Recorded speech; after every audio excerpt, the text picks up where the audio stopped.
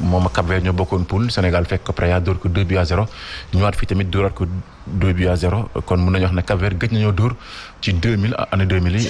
waaye c'est une CAN à surprise. Est-ce qu'aujourd'hui le Cap-Vert, le Sénégal ne devrait pas se méfier du Cap-Vert? Si parce que Aliou Cissé l'a dit parce que actuellement amul petit poussé l'autre fois Malawi moo ngi koy xamle tey soo gisee seen engagement bi ñu amoon sur le terrain mais on espère bien que Aliou Cissé ak tamit joueurs yi nga xam ne récupéré waat na leen naam sax ni ñenn si seen forme à 100% amuñ ko woon comme le cas de Kalidou Koulibaly bi nga xam ne jotoon na toog 2 mois sans compétition ak tamit système de jeu bi nga xam ne Aliou Cissé moo ngi ko doon taxawal peut-être yooyu yëpp c'est des manquements yoo xam ne Aliou Cissé dina ci apporter des solutions face à l'équipe cap-verdienne et on l'espère en tout cas en termes d'historique Sénégal daal moo dominé équipe bu Cap-Vert ci noonu dañ ci ànd ak Soxna Fall mu dikkaat bu baax a baax ci confrontation ñaari équipes yi Cap-Vert ak Sénégal.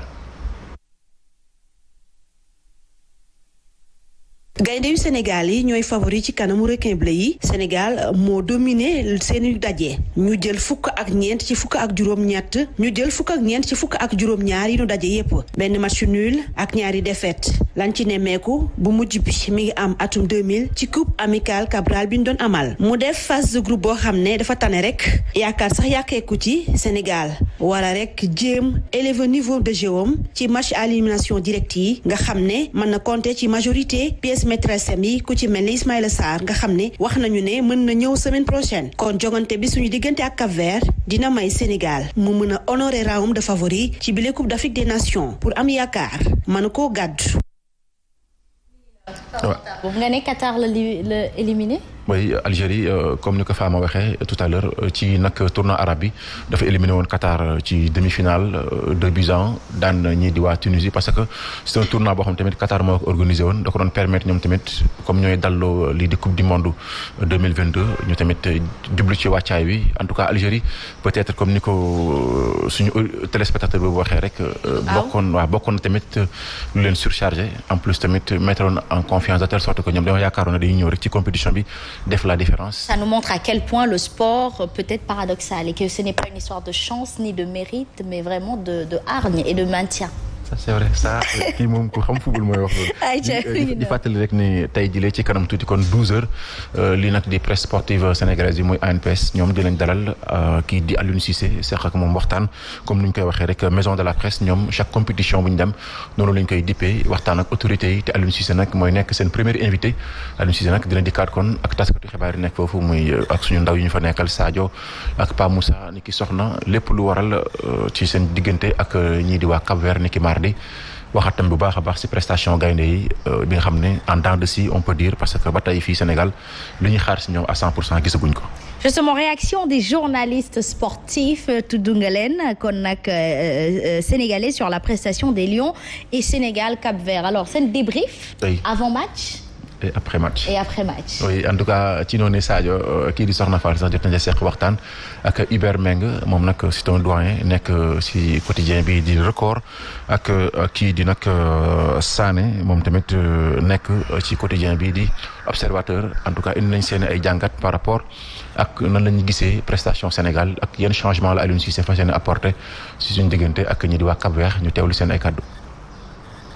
li ñu woyal jooyanti mooy gagné dugal ay but di gagné parce que benn bii rek lañ dugal bi compétition bi commencé ba léegi mais yàlla def na jàmm objectif bi ñu amoon mooy première place bi am nañ ko donc pour rester fii si Bafoussam man fi recevoir suñu adversaire au 8e de finale muy le Cap-Vert donc récupérer nañu aussi tous nos joueurs mu des Ismaïla Sarr bi xam ne newu fi mun ñu compter si moom à part lui ñëpp a ngi fi donc équipe bi ñu aligné contre le Malawi je crois que c'est la meilleure équipe mooy équipe bi ñu suñu doole yëpp def nañ ko si mais dañ mën jàpp mooy que ni joueurs yooyu toog nañ lu yàgg Kalidou par exemple toog na depuis le 1er décembre joué donc maintenant comme am nañu 90 minutes dans les jambes contre le Malawi dinañ gën a nekk en forme contre le Cap-Vert. comme yegg si nañ ci phase bi am nañu yaakaar ni que équipe Sénégal xam nañ li leen war à partir de ce moment ñu war a jouer Cap-Vert muy équipe boo xam ne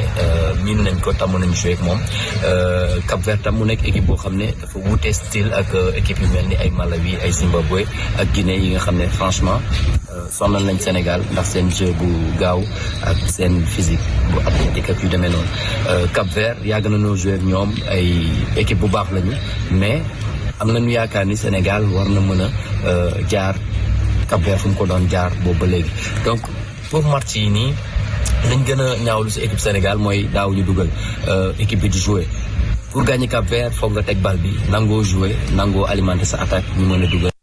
Aïcha Mame Tambou lu ñu wax wutewul ak li nga wax mais encore une fois je pense que eux les journalistes sportifs ils sont conscients que justement une compétition ne se joue pas mais ça se gagne comme le dit notre internaute. Oui, c'est Mame Fatou Sow, je pense bien. Je crois qu'il a raison, hein. Une compétition, ça gagne. Et tamit, donc, il démontrer sur le terrain. Et on espère bien que Buffy, tamit, amna yakarne, peut-être à l'université dina apporter des changements. Parce que lui-même, il a reconnu que, quelque part, am na lu Sénégalais doon xaar ci équipe bi te gisaguñ ko te ce qui est normal mooy comme reconnaître na ko rek on espère que nag dina apporter des changements par rapport ak suñu diggante ak Cap-Vert nañu yokk ñaan yi tamit di gën a ñaax. ñaan yi doyut de waaw fii moom pas-pas rek a tax nga am ndam. mag yi sax mag yi liggéeyal yàlla sax am na foo xamante dañ fay tool. yàlla daf leen di natt ci boppam. pas-pas rek a tax ñuy xuus ci dem. dëgg la àdduna pas-pas la sax. pas-pas la nag mi nga ko bu leen wax ay ñaan seen xel yi di dal. nekk leen sous pression coupe bi lañ bëgg. coupe bi mooy ndam li. nañ ñi nekk sous pression kan gi yëpp laa wax. non yow sa discours bi faaw ñu enregistré ko envoyé ko Soxna Fall pour mu joxal ñu ko Aliou Cissé quoi.